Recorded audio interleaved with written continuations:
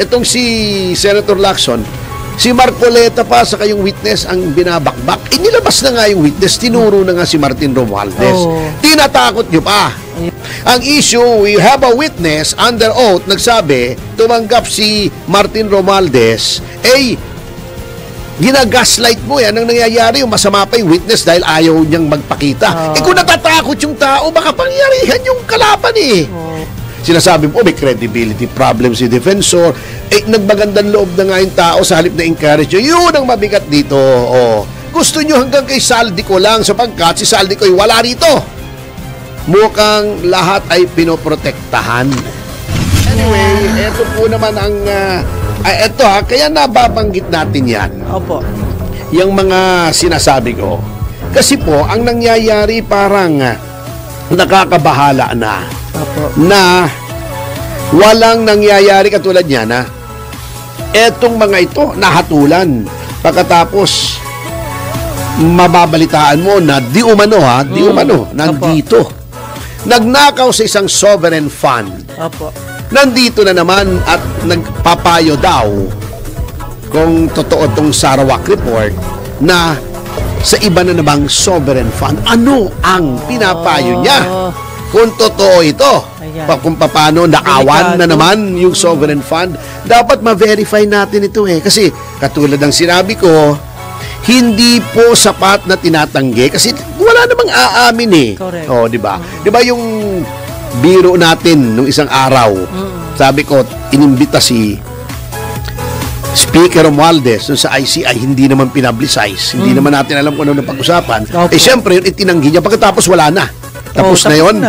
Tinanong sa kanya, Speaker, may kinalaman ka daw dito sa flood control anomaly. Wow, wala akong kinalaman dyan. Okay, sige, thank you Ganun lang. Parang ganun Ay, kita nyo etong hindi masyadong napansin ito Opo. na ilang araw lang ang nakakaraan.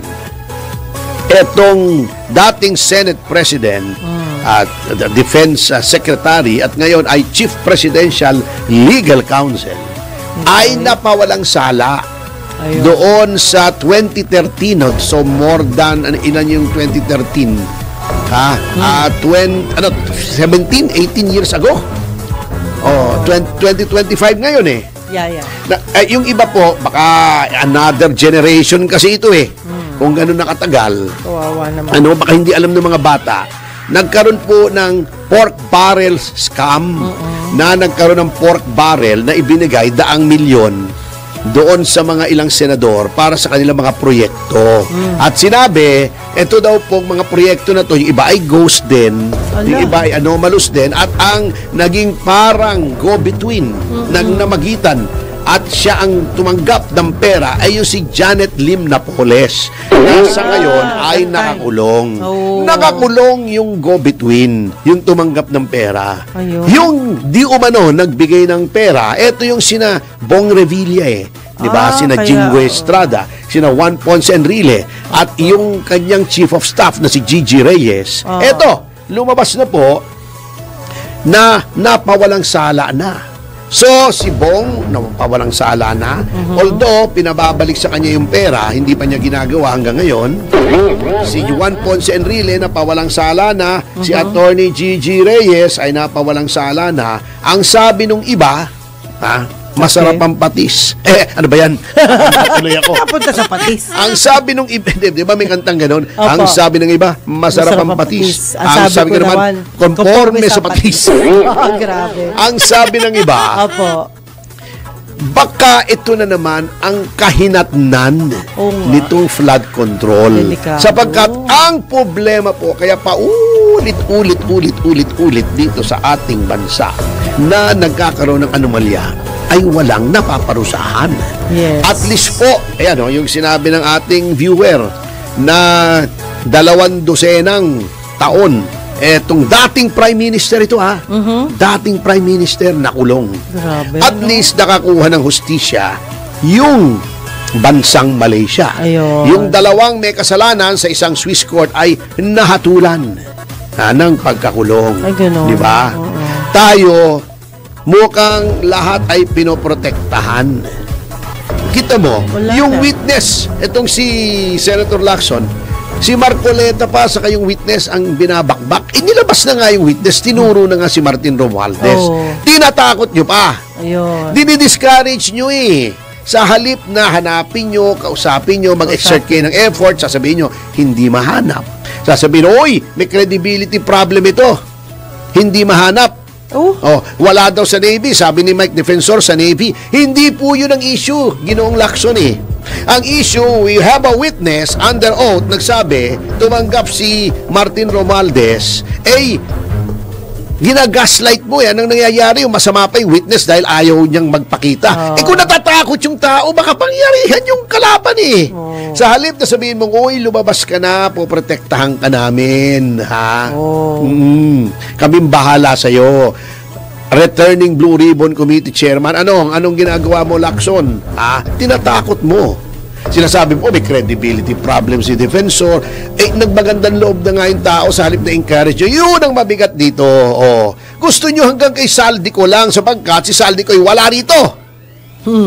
Hindi makapagsalita. Kung meron man o wala na nasa ibabaw niya na mastermind nito, di ba? Yes. Gusto nyo hanggang kay Saldico. Inupakan nyo, puro taga DPWH. Yung mga district engineer, mga dilis, mga tabyos. Sa congressman, ilan ang dinimanda yung congressman? 2 ba? 3?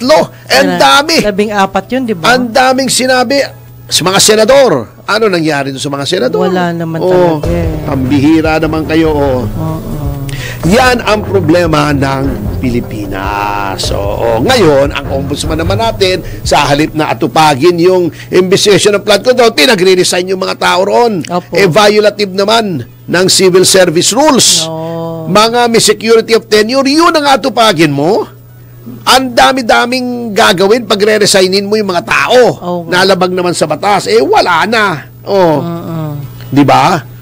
Yung Dengbaksya, ano nangyari? Wala. Wala din. Yung idinimanda natin, balik sa House of Representatives. Si Janet Garin. Yun na nga Ang bagal-bagal. Yung Mama Sapano, ano nangyari? Wala. Kinamatayan na ni Pangulong Aquino III. Yun ang malaking problema rito. Yung PDAF, mahigit 100. Ang na-charge doon, kung di ako nagkakamali, ang nakonvict lang yung private person. Malamang, ito rin ang mangyari rito. Kung lelembot-lembot, katulad na nakikita natin, ginugulo na. Ngayon palang ginugulo na. In-appoint si Remulla bilang ombudsman. Pagkatapos yung ICI, napakagulo. Ila-livestream, walang livestream. Pagka yung mga malalaking tao ang iniimbita, hindi naman sinasabi kung ano na pag-usapan, in secrecy, di ba? Nakikialam yung sekretary ng DPWH. Sabi ng iba, yung pinatatagal. Kaso? Kaya nga pinatatagal kasi mas matagal, mas humihina ang kaso. Yun. Yung kay Pangulong Marcos Sr., yung mga di umano'y ninakaw, wala namang nakonvict. Di ba? Wala. Kaya, nakikita ng mga politiko yan, ang nangyayari, ang pattern ay ganito. May mag-expose, magkakagulo, maingay, maraming politiko sasamantalahin ang okasyon para magpapogi, mag-iimbestiga sa Senado. Sasabihin ganito, ganon. Magdedemanda, makakalimutan na. Then, kamala-mala ay absuelto na. So, nakikita ng mga politiko, kailangan mo lang na palipasin yung unos, kung baga, di ba? Pag tahimik na, wala nang pakialam kasi ningas kogon ang mga Pilipino, ligtas na kami niyan. Ayun lang. So, kung makulong kami sandali, ikaw, maghanap ka dyan, kahit sino, sabihin mo, ikukulong kita ng 10 taon, pero bibigyan kita ng 10 bilyon. Di papayag yun. Makulong kami sandali. Maginhawa naman ang buhay namin sa loob ng kulungan. Makakapag-bail pa kami, katulad ni Juan Ponce Enrile. Di ba? We will weather the storm. Pagkatapos, makakalaya kami, absuelto kami, napakayaman na namin. Then, repeat. Di ba? Di ba? Maling-mali, pero diba? Nangyayari uli. Ang nangyayari, di ba? Di ba? Yung apply. Yes. Yung rinse, repeat.